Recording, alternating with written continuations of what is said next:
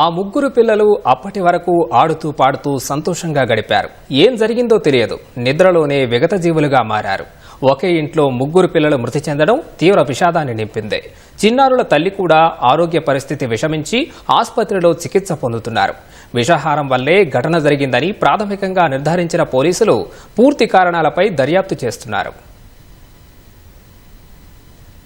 సంగారెడ్డి జిల్లా అమీన్పూర్లో హృదయ విదారక ఘటన చోటు చేసుకుంది. రాఘవేంద్ర కాలనీలో నివాసం ఉంటున్న చెన్నయ్య, రజిత దంపతుల ముగ్గురు పిల్లలు సాయికృష్ణ, మధుప్రియ, గౌతమ్ మృతి చెందడం తీవ్ర విషాదం నింపింది. విషాహారంతో రజిత ఆరోగ్య పరిస్థితి విషమించి ఆసుపత్రిలో చికిత్స పొందుతోంది. రంగారెడ్డి జిల్లా తలకొండపల్లి మండలం మెడకపల్లి చెందిన చెన్నయ్య ఉపాధి కోసం కుటుంబంతో అమీన్పూర్లో ఉంటున్నాడు. ఆయన వాటర్ ట్యాంకర్ డ్రైవర్గా, అతని భార్య ఓ ప్రైవేటు పాఠశాలలో టీచర్గా పనిచేస్తున్నారు. గురువారం రాత్రి 9 గంటల సమయంలో భార్యాభర్తలతో పాటు ముగ్గురు పిల్లలు ఇంట్లోనే భోజనం చేశారు. చెన్నయ్య అన్నం, పప్పు తిన్నాడు. భార్య, ముగ్గురు పిల్లలు పెరుగన్నం తిన్నారు. భోజనం తర్వాత చెన్నయ్య ట్యాంకర్ నడిపేందుకు చందానగర్ వెళ్లాడు. రాత్రి 11 గంటల ప్రాంతంలో తిరిగి ఇంటికి వచ్చాడు. రజిత తలుపులు తెరవగా పిల్లలు నిద్రపోతున్నారు. శుక్రవారం తెల్లవారుజామున 2 గంటల సమయంలో రజితకు తీవ్రమైన కడుపు నొప్పి రావడంతో స్థానికుల సాయంతో ఆమెను ఓ ప్రైవేట్ ఆసుపత్రికి తరలించాడు.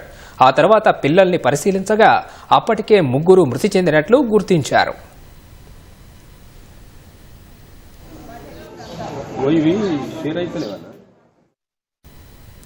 పెరుగులో ఏమైనా విష పదార్థం కలిసి ఉండటంతో పిల్లల మృతి చెందవుండవచ్చని పోలీసులు భావిస్తున్నారు.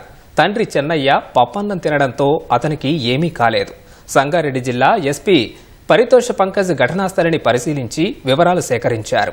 అనుమానాస్పద మృతి కింద కేసు నమోదు చేసి దర్యాప్తు చేస్తున్నట్లు తెలిపారు.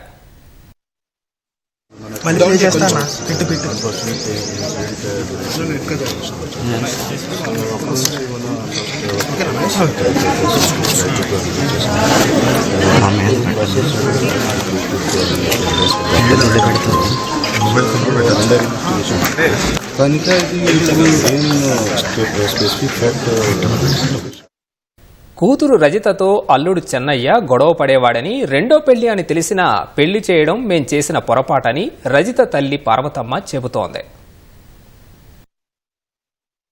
రెండో సంబంధం ఇచ్చినందుకు శిల్క అడిగినాము. నీ శిల్క నీకేముంటుంది, నా బిడ్డ పేరు ఎక్కంగానే ఆగమవుతుందా, నా బిడ్డ తీసుకొని పోతుందా, నీకేముంటుంది కదా శిల్క అని నువ్వు చేస్తానన్నందుకు చేసినామని అన్నాం సార్.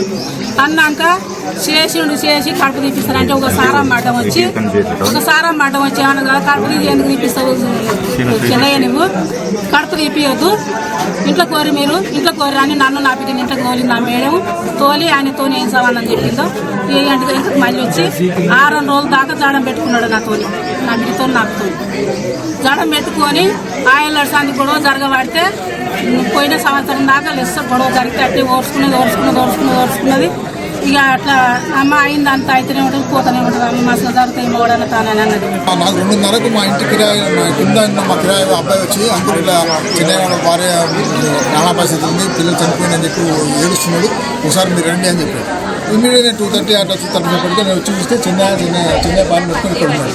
ఏమేమి చిన్నయ్య అంటే మా పిల్లలు చచ్చిపోయిన సార్, ఎట్లా ఏంటంటే సార్ పెరుగున్నాము అదే అవుతున్నాం, ఇమీడియట్ నా భార్య బతకాలి సార్ అంటే నా కారు ఇచ్చి నా కారులో ఇచ్చి నేను పంపించిన తర్వాత చూస్తే అక్కడ లోపల చూస్తే వాళ్ళు చనిపోయారు. ఇక్కడ ఏమీ దొరకదు. అప్పటికల్లా మేము అన్ని కూడా ఫోన్ చేసినాం.